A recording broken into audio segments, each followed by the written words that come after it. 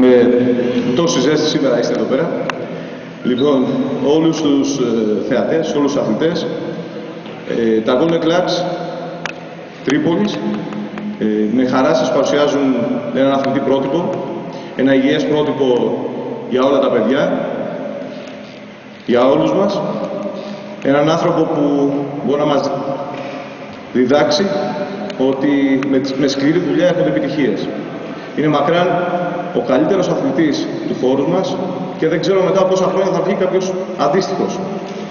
Με τις ίδιες διακρίσεις, με τις ίδιες επιτυχίες, την ίδια αγωνιστικότητα, την ίδια τεχνική κατάρτιση,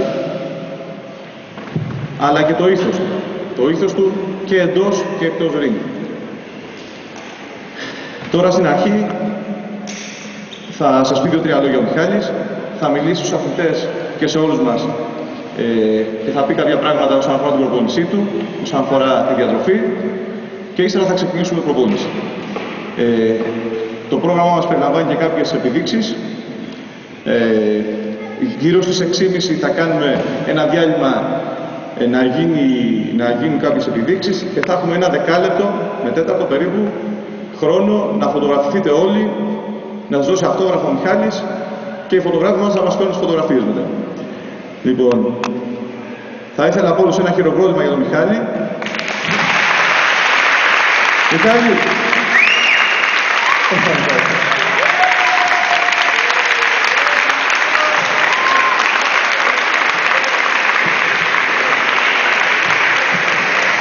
Καλώς ήρθες στην πόλη, Μιχάλη.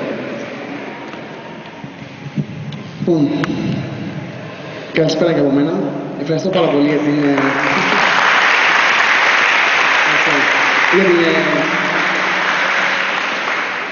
για την ζεστασιά που μου προσφέρατε στην υποδοχή μου. Θα ήθελα να πω ευχαριστώ στον Δημήτριο Σταθάκο, που είναι η ψυχή της οργάνωσης, στον πολύ καλό δάσκαλο και άνθρωπο, που αυτά τα δύο είναι μαζί. Από εκεί και πέρα, θα προσπαθήσω να προσφέρω στο μέγιστο τις εμπειρίες μου και τις γνώσεις μου όσον αφορά το kickboxing, έτσι σε διάφορα επίπεδα, όσον αφορά την προπόνηση με λαπάρι, το τρέξιμο, το kickboxing, τη διατροφή. Αυτά δεν έχω να πω άλλα πράγματα. Προτιμώ να ξεκινήσουμε. Ευχαριστώ.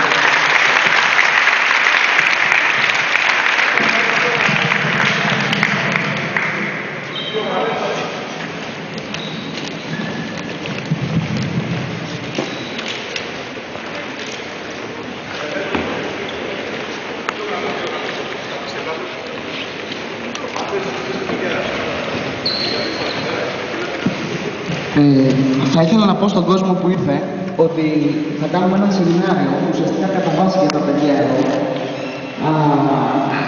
Σίγουρα δεν είναι μεγάλο εξωγραφικά λόγια, όμως περίπου 20 λεπτά θα κάνουμε μια συζήτηση που νομίζω τουλάχιστον αφορά περισσότερο για το λόγο μπροστά και μετά 10 λεπτά θα κάνουμε ζέσταμα και θα ξεκινήσουμε ουσιαστικά το πρακτικό κομμάτι, το οποίο είναι πιο ενδιαφέρον.